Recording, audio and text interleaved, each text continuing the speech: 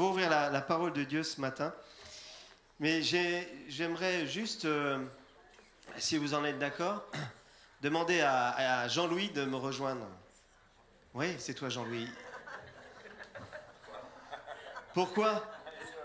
Pourquoi? Viens, il n'y a pas de piège, il n'y a pas de piège. Sois tranquille. C'est pas ton anniversaire, non. Le mardi soir, j'enseigne tous les premiers mardis du mois sur la présence du Saint-Esprit, l'action et l'écoute du Saint-Esprit. Et puis on a pris un temps pour faire silence et peut-être donner l'occasion au Seigneur d'avoir une pensée, une parole, une image. Et toi, tu lui as été éclairé.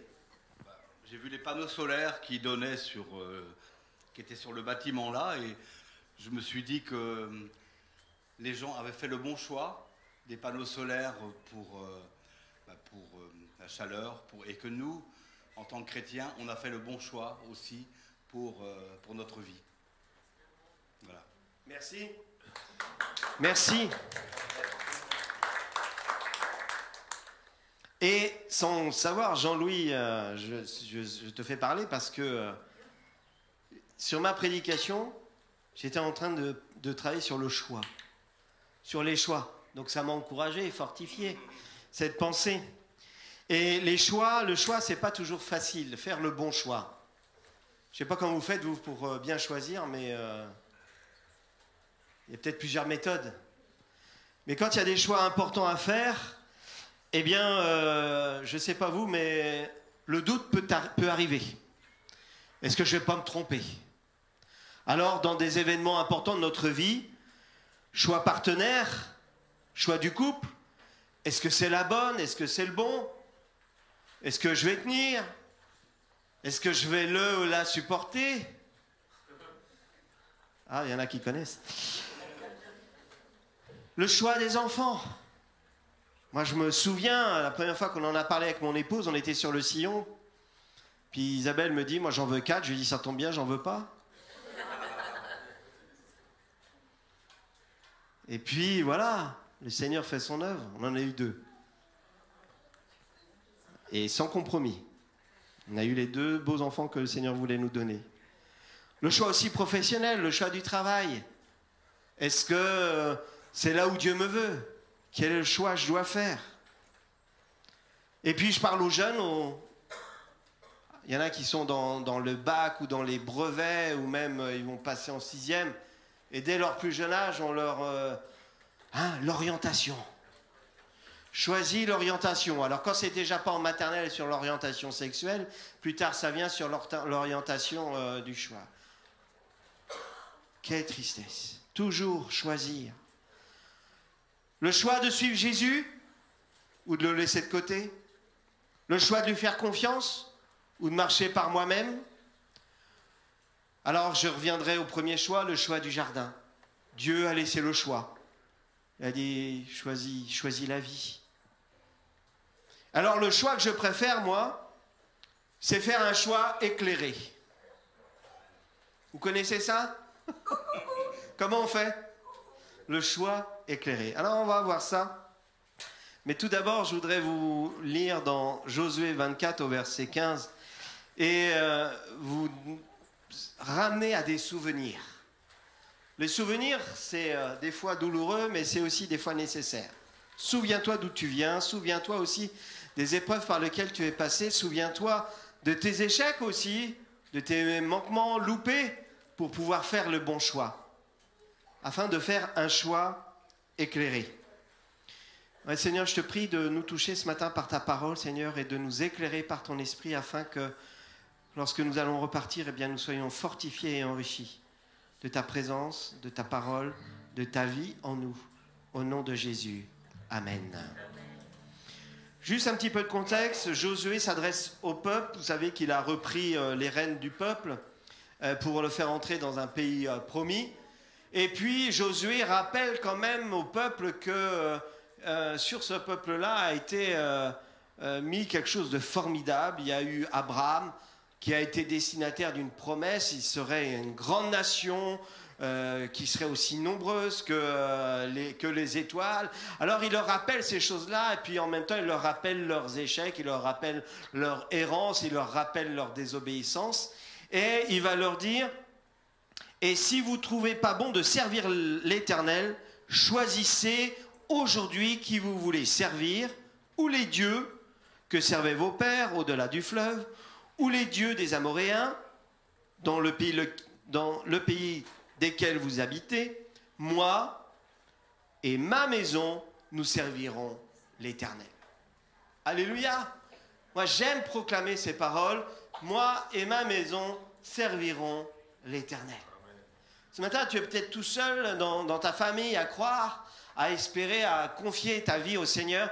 Mais toi, tu peux déclarer qu'avec l'aide du Seigneur, toi et ta maison serviront l'Éternel. C'est un positionnement.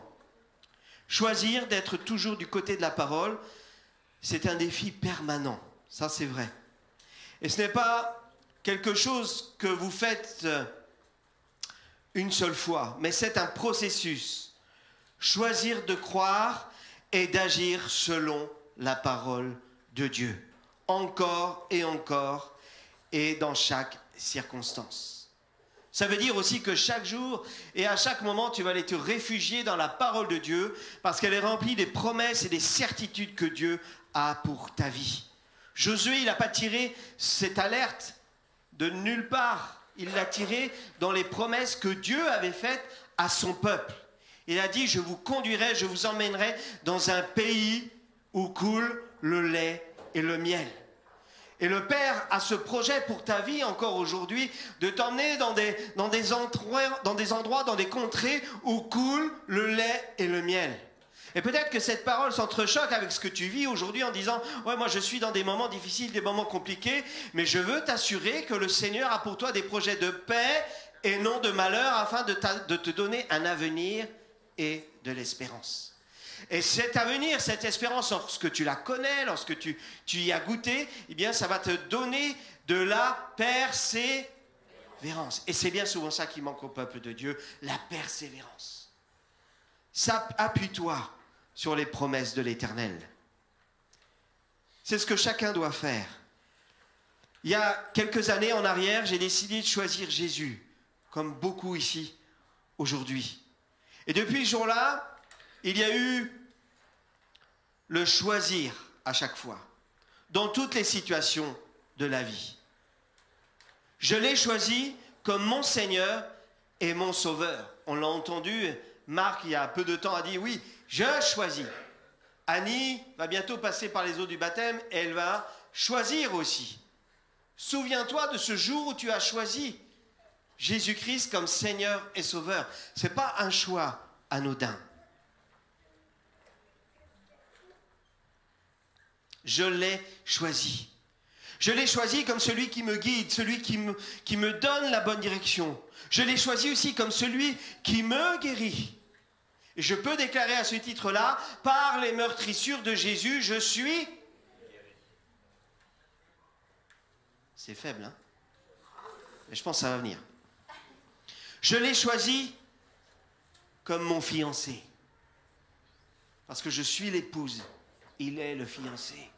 Et je veux lui plaire. Je veux marcher dans la sainteté pour plaire à l'époux. Je l'ai choisi comme mon directeur, celui qui m'oriente dans ma vie. Et encore, j'ai besoin de le choisir instant après instant. Parfois, ce choix devient difficile, mais Dieu a promis que ce ne serait jamais trop difficile. Vous avez entendu ce que je viens de dire? Il y a des difficultés, mais jamais trop pour ma vie. 1 Corinthiens 10:13, il dit « Aucune tentation ne vous est survenue qui n'ait été humaine, et Dieu qui est fidèle ne permettra pas que vous soyez tentés au-delà de vos forces. » Alléluia! Relisez ces passages-là.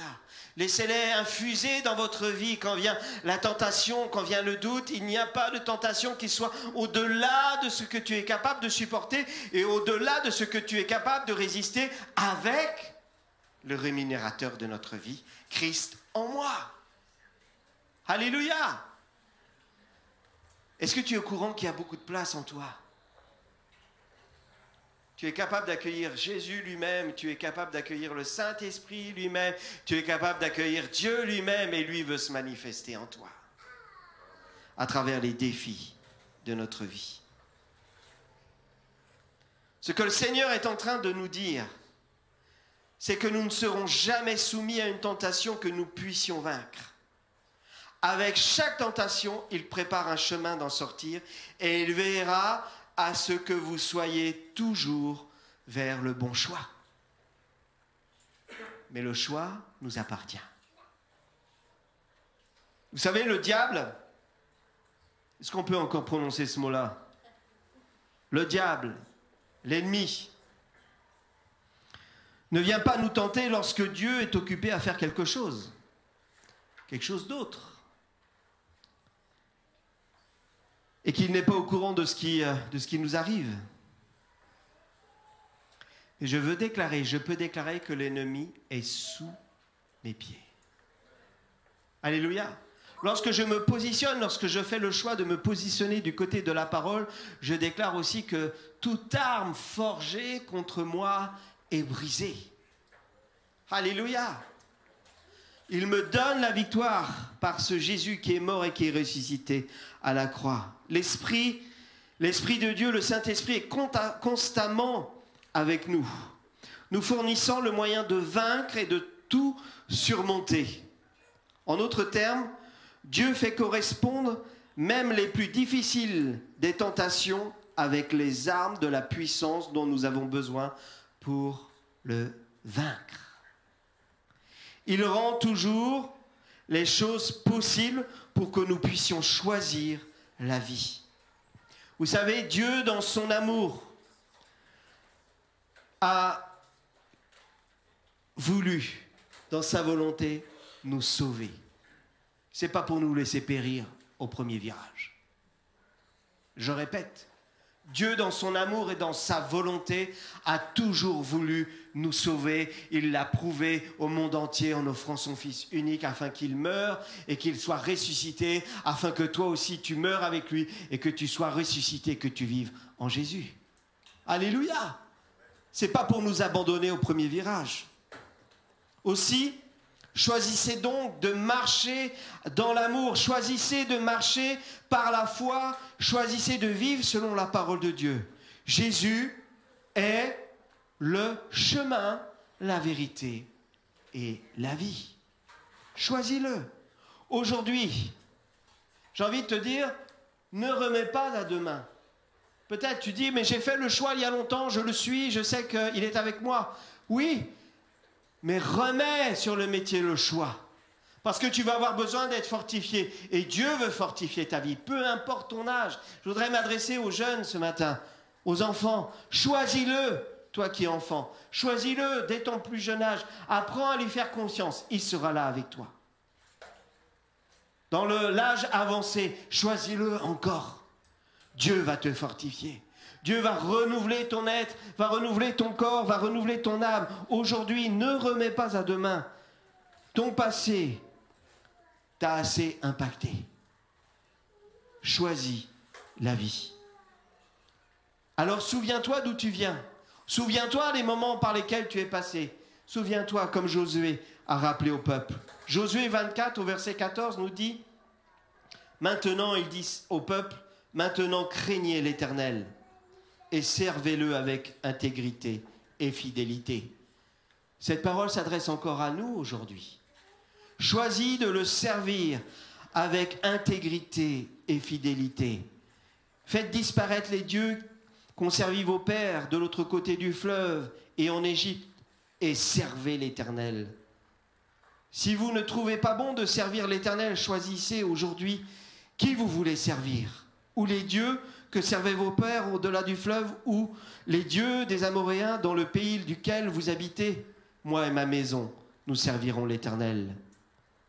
Écoutez bien, le peuple là, il entend ça, il est piqué là.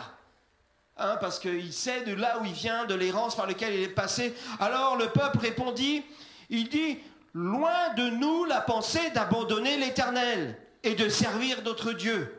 Il y a un sursaut, il réagit, il se souvient de son passé et de sa misère. Car l'Éternel est notre Dieu, c'est lui qui nous a fait sortir du pays d'Égypte, de la maison de la servitude, nous et nos pères, celui qui a opéré sous nos yeux ces grands prodiges et qui nous a gardés pendant toute la route que nous avons suivie parmi tout le peuple au milieu duquel nous avons passé. Il a chassé devant nous tous les peuples et les Amoréens qui habitaient dans ce pays.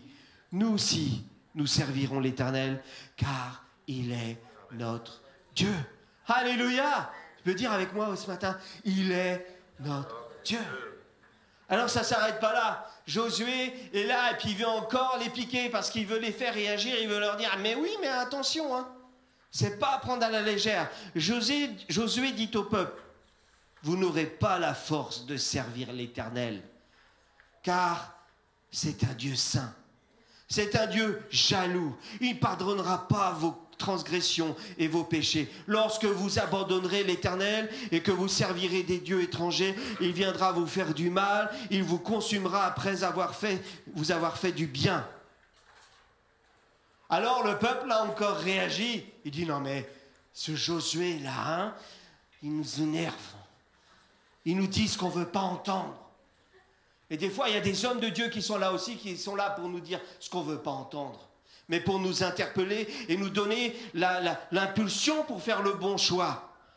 Josué dit au peuple, alors le peuple dit à Josué, non, car nous servirons l'Éternel. Le peuple a ce sursaut et cette affirmation, il dit à Josué, non, nous servirons l'Éternel. Est-ce qu'en 2023, il y a aussi un peuple qui veut dire non, nous servirons l'Éternel. C'est l'Éternel qui aura le dernier mot dans ma maison, dans ma famille, dans mon peuple, dans mon église. C'est l'Éternel qui aura le dernier mot. Alléluia, parce que nous choisissons aujourd'hui de servir l'Éternel. Josué dit au peuple, ok, j'ai entendu. Mais là, tu l'as dit, c'est devant moi, mais c'est aussi devant Dieu, hein. Alors il leur dit, vous êtes témoins contre vous-même que c'est vous qui avez choisi l'Éternel pour le servir. C'est vous en responsabilité, un choix éclairé. Vous choisissez de servir l'Éternel. Il répondit, nous en sommes, le peuple dit, nous en sommes témoins. Nous attestons que nous avons fait le choix de servir l'Éternel. Alors, il leur dit, ôtez donc les dieux étrangers qui sont au milieu de vous et tournez votre cœur vers l'Éternel, le Dieu d'Israël. Et le peuple dit à Josué, nous servirons l'Éternel, notre Dieu, et nous obéirons à sa voix. Alléluia! Y a-t-il un peuple encore aujourd'hui? Y a-t-il une nation qui se lève et qui est capable de dire « Oui, nous servirons l'Éternel, notre Dieu, et nous obéirons à sa voix, et nous disons « Amen ». Les dieux qui prennent la place de Dieu, c'est qui, c'est quoi aujourd'hui? Posons-nous ces questions. Un cœur à cœur avec Dieu, dire « Prends la place, Seigneur. Prends ta place, Seigneur. C'est ce que je veux. »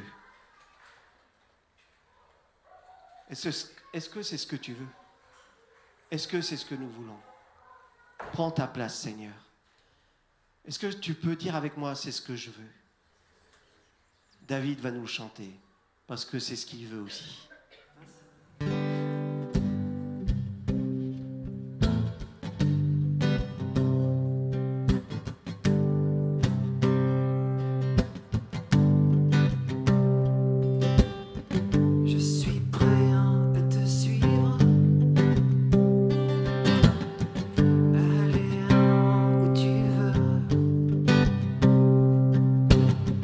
Marcher main dans la main.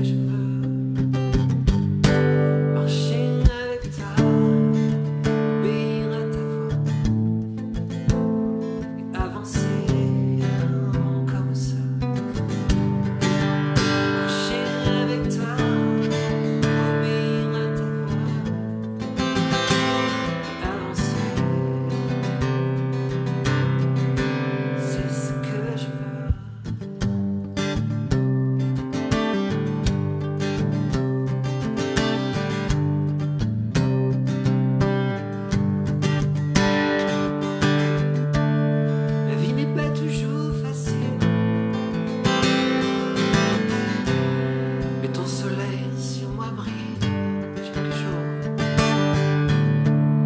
La vie n'est pas toujours limpide, non mais tu es là. Et j'avance comme ça.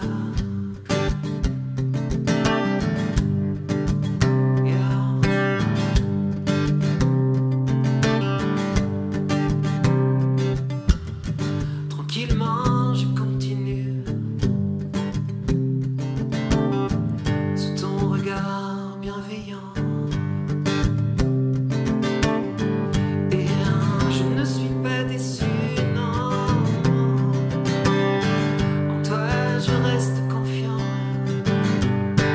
Marcher avec toi, obéir à ta voix et avancer.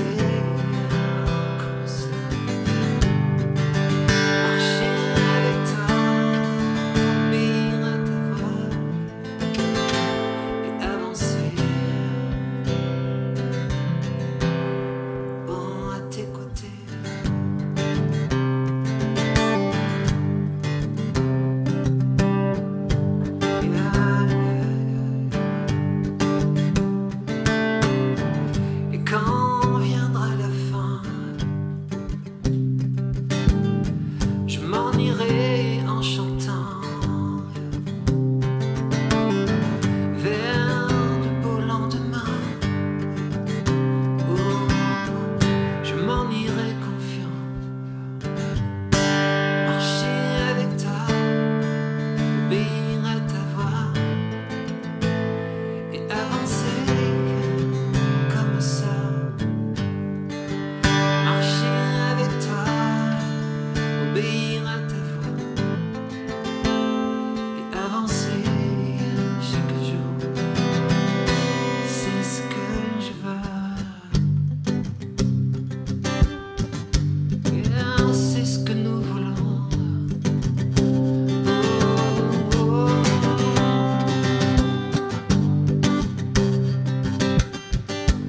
yeah, marcher avec toi chaque jour.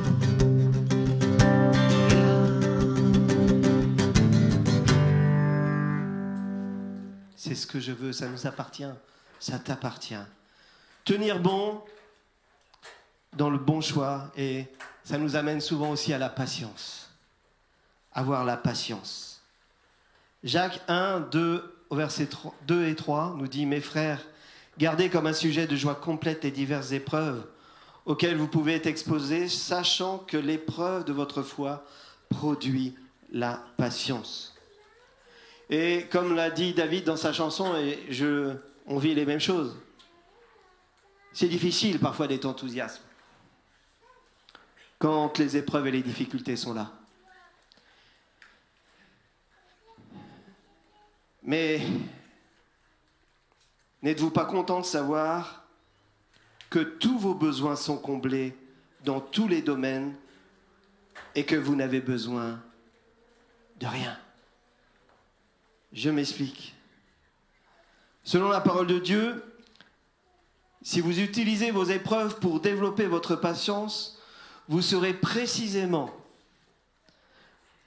dans la position de faire confiance au Seigneur. Et vous allez découvrir que Dieu pourvoit à tous nos besoins.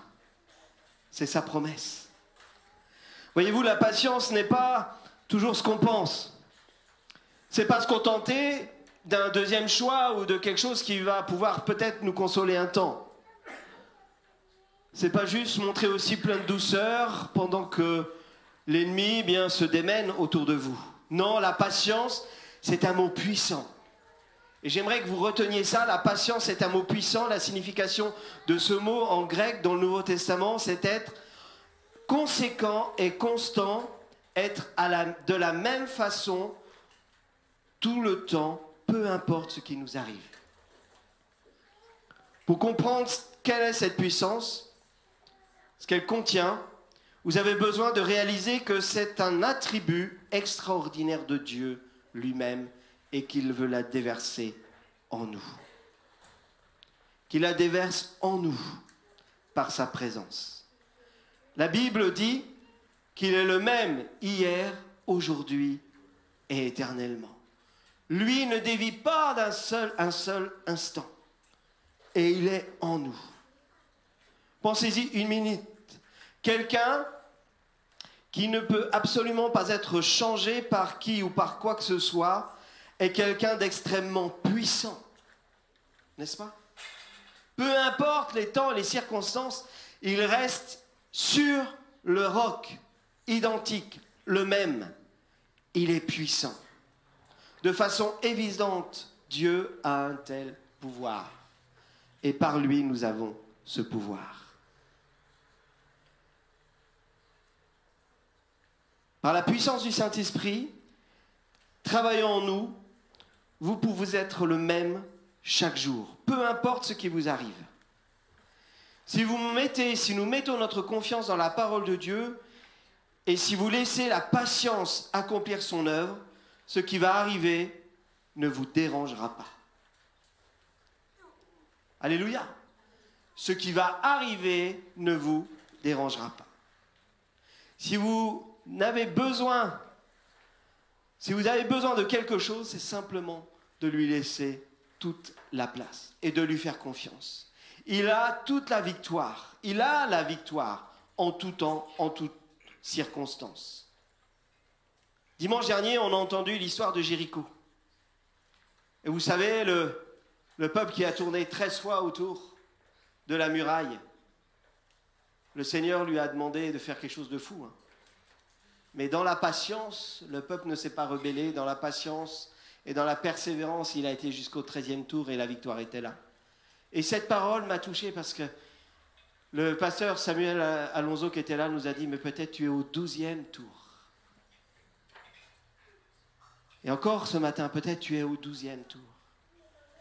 Fais confiance au Seigneur. Avance.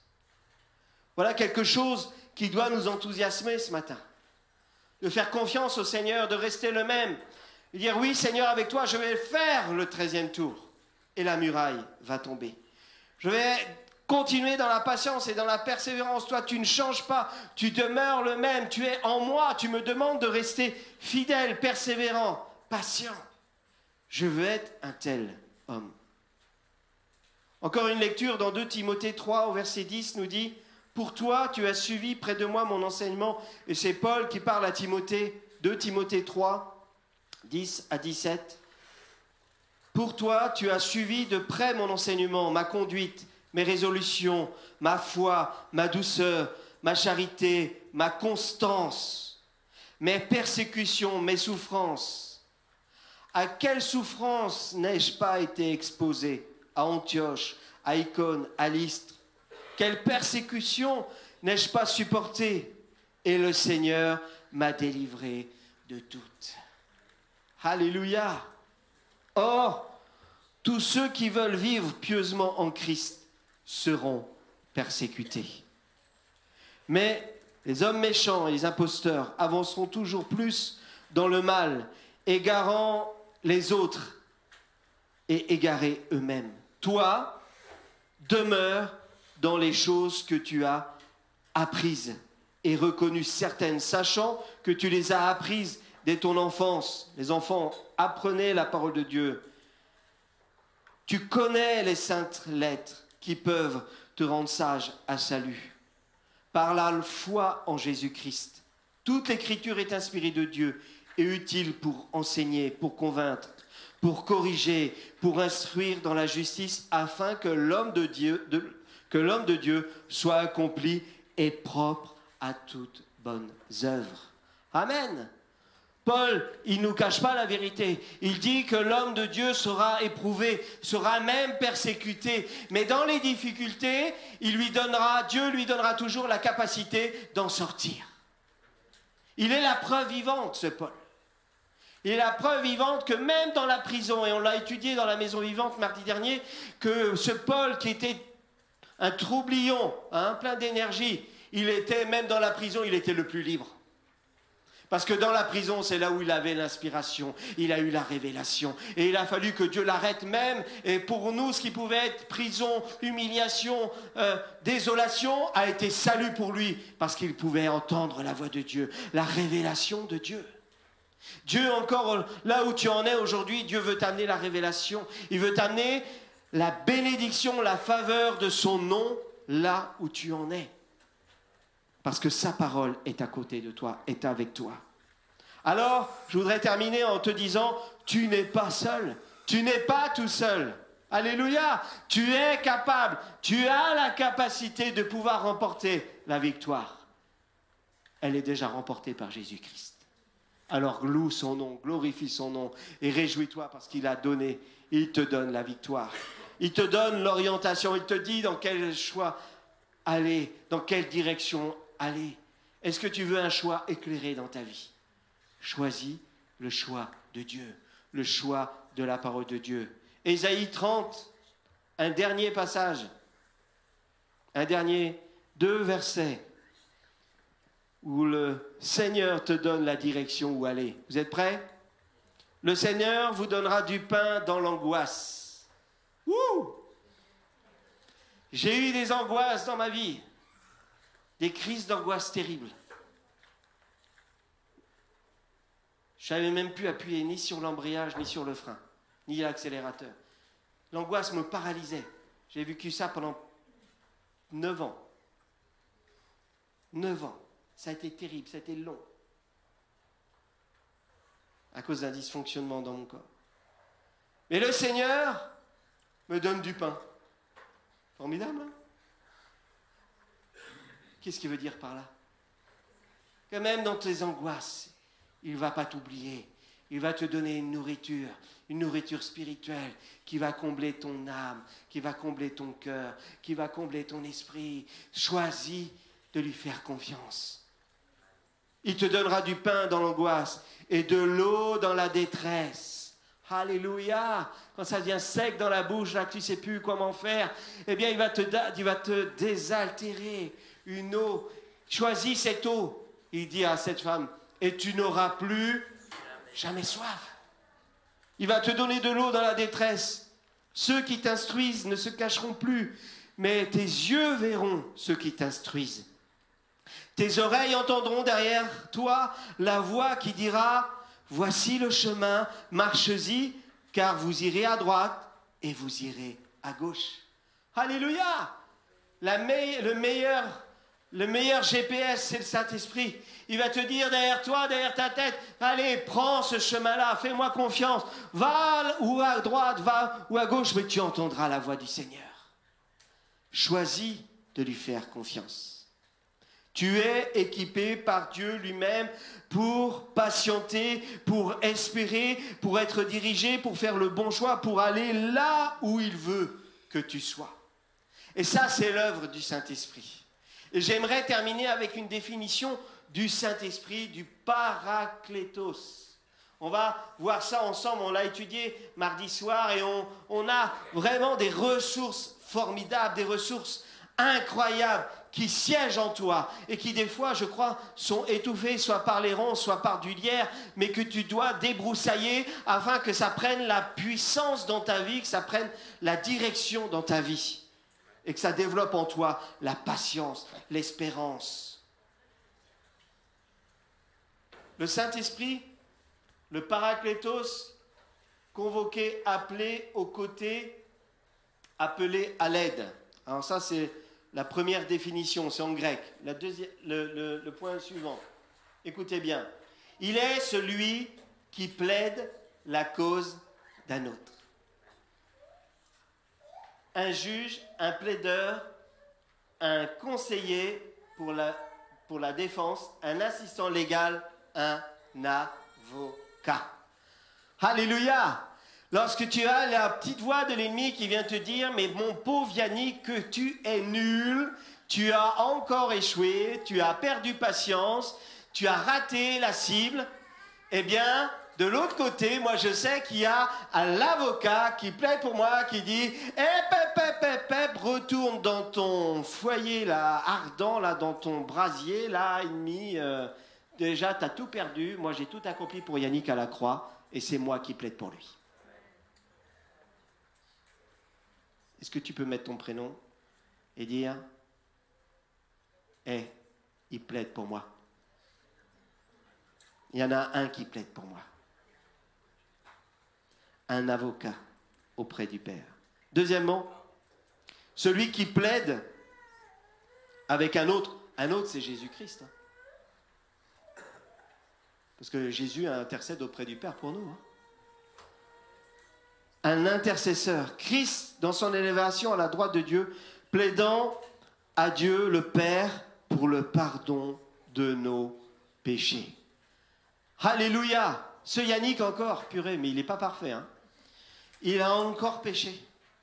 Paulette, tirez l'oreille à Yannick. Il a encore péché. Il a encore raté la cible. Yannick, il vient. Et puis,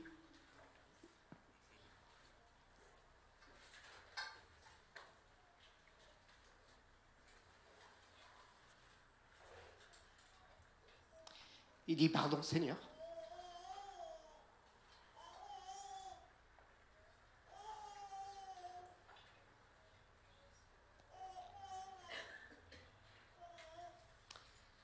Pardon Seigneur.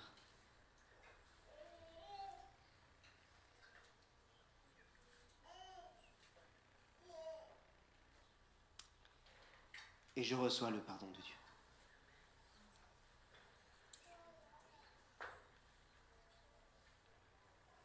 Il me pardonne. Il te pardonne. Non pas par tes mérites. Non pas parce que tu es meilleur qu'un autre. Mais il pardonne tous nos péchés. Enfin, dans un sens plus large, il est un aide, un assistant, un adjoint. Le Saint-Esprit, destiné à prendre la place de Christ avec les apôtres après son ascension au Père, pour les conduire à une plus profonde connaissance de la vérité de l'Évangile, à leur donner de la part du royaume divin une force divine, les rendant capables de vaincre les épreuves et les persécutions. Ce matin, est-ce que tu es prêt à laisser ce Paraclétos prendre toute la place? C'est Dieu lui-même. Comme j'ai dit mardi soir, ce n'est pas une nébuleuse qui est quelque part et qui nous fait devenir euphoriques.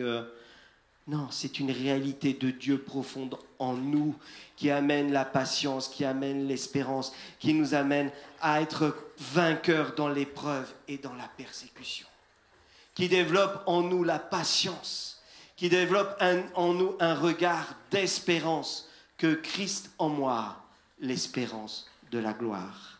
Amen. J'aimerais prier ce matin et qu'on prie ensemble en lui disant, Seigneur, je te choisis. Et si tu veux faire cette prière avec moi, tu peux. Seigneur, je te choisis. Viens, Esprit de vie. Viens, prends la place qui te revient. Ouais, Seigneur, je veux déclarer que je te choisis, je choisis de te suivre. Je te choisis, je te demande, Saint-Esprit, de conduire ma vie dans la patience, dans l'espérance. Viens fortifier mon âme. Viens m'aider, Seigneur, à faire les bons choix et te dire, Seigneur, prends toute la place au nom de Jésus. Amen. Amen.